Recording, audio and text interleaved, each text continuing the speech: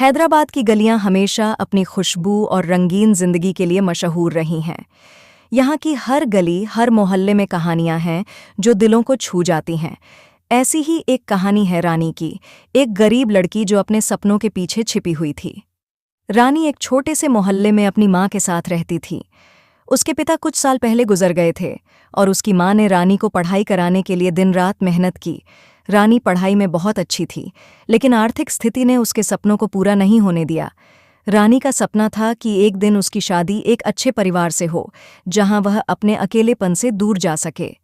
लेकिन गरीबी के साथ साथ उसका विश्वास भी कभी-कभी कमजोर पड़ने लगता था। इसी बीच उसकी माँ ने रानी की शादी की बात शुरू की। रानी ने कहा, माँ, शादी की क्या जरूरत है? मैं अपने सपनों के पीछे भाग रही हूं।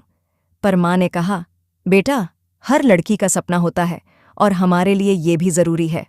एक दिन एक रिश्तेदार ने उन्हें बतला खान के परिवार से मिलवाने की बात की। बतला खान एक समृद्ध परिवार था, लेकिन उनका बेटा जफर एक अनोखा लड़का था। जफर को शादी से ज्यादा अपने सपनों में विश्वास था। उसने तय किया था कि वह अपने करियर पर ध्यान देगा और शादी नहीं करेगा। रानी को जब जफर के बारे में पता चला तो उसने सोचा, यह लड़का तो मुझे समझ सकता है। जफर ने रानी की आंखों में सपने देखे और उसे अपनी मंजिल की ओर बढ़ने के लिए प्रेरित किया। दोनों की दोस्ती गहरी होती गई और दोनों ने अपने सपनों के लिए एक दूसरे का साथ देने का फैसला किया। एक दिन उन्होंने मिलकर सोचा कि उन्हें अपने परिवार को अपने सपनों के बारे में बताना चाहिए।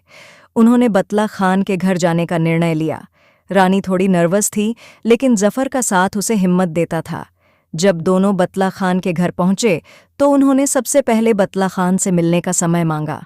बतला खान ने उन्हें सुना, लेकिन उनका पहला प्रतिक्रिया बहुत सामान्य था। उन्होंने कहा, तुम दोनों तो अभी छोटे हो, तुम्हें शादी की क्या जरूरत है? पहले अपने करियर पर ध्यान दो। लेकिन रानी ने अपनी माँ और अपने सपनों के लिए उन्हें समझाने की कोशिश की। उसने कहा, सर, शादी सिर्फ एक रस्म नहीं है, ये एक साझेदारी है। हम दोनों एक दूसरे को समझते हैं और एक दूसरे का साथ देना चाहते हैं। बतला खान को रानी की बातें पसंद आईं। उन्होंने सोचा, अगर ये लड़की मेरे बेटे को समझती है तो शायद मैं इस रिश्ते को एक मौका दे सकता हूं। इस तरह रानी और जफर की शादी की बात आगे बढ़ गई। लेकिन समस्या तब शुरू हुई जब रानी के घर में पैसों की कमी के कारण शादी की तैयारियां बहुत मुश्किल हो गईं। रानी की मां ने कहा, बेटा, हमारे पास इतने पैसे नहीं हैं कि हम इस शादी को ठीक से कर सकें। रानी ने कहा, मां, आप चिंता मत करो, हम दोनों मिलकर सब कुछ संभाल लेंगे। रानी और जफर ने शादी की तैयारी शुरू की। रानी ने अपने दोस्तों से मदद मांगी और सभी ने मिलकर कुछ पैसे इकट्ठा किए। उन्होंने एक छोटी सी शादी रखने का फैसला किया। जफर ने भी अपने परिवार से कुछ पैसा मांगा, जिससे उन्हें थोड़ी मदद मिली। आखिरकार शादी का दिन आया। रानी ने एक खूबसूरत सा लहंगा पहना था जो उसकी माँ ने पुराने कपड़ों से बनाया था। जफर ने भी एक साधारण कपड़ा पहना। दोनों ने एक दूसरे को देखा और उनकी आंखों में खुशी थी।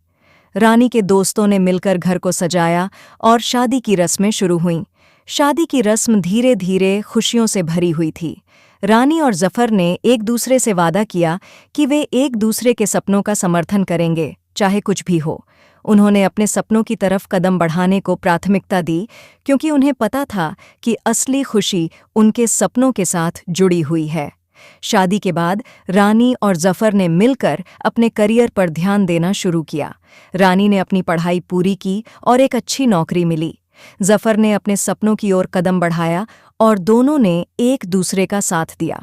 उनकी कहानी सिर्फ उन दोनों तक सीमित नहीं रही, बल्कि उनकी जिंदगी ने उन्हें ये सिखाया कि सपने देखने से कुछ नहीं होता, उन्हें पूरा करने की हिम्मत होनी चाहिए। गरीबी ने उन्हें रोका नहीं, बल्कि उन्होंने अपने सपनों की ओर कदम बढ़ाकर एक नए सफ़र की शुरुआत की। आखिर में रानी और जफर की शादी एक मिसाल बन गई। उन्होंने सबको ये दिखाया कि अगर दिल से चाहो तो कुछ भी संभव है, चाहे हालात कितने भी कठिन क्यों न हों। उनका प्यार और साथ ही उनकी असली ताकत बन गया और उन्होंने सबको ये सिखाया कि असली खुशी पाने के लिए कभी भी किसी भी हालात से डरना नहीं चाहिए।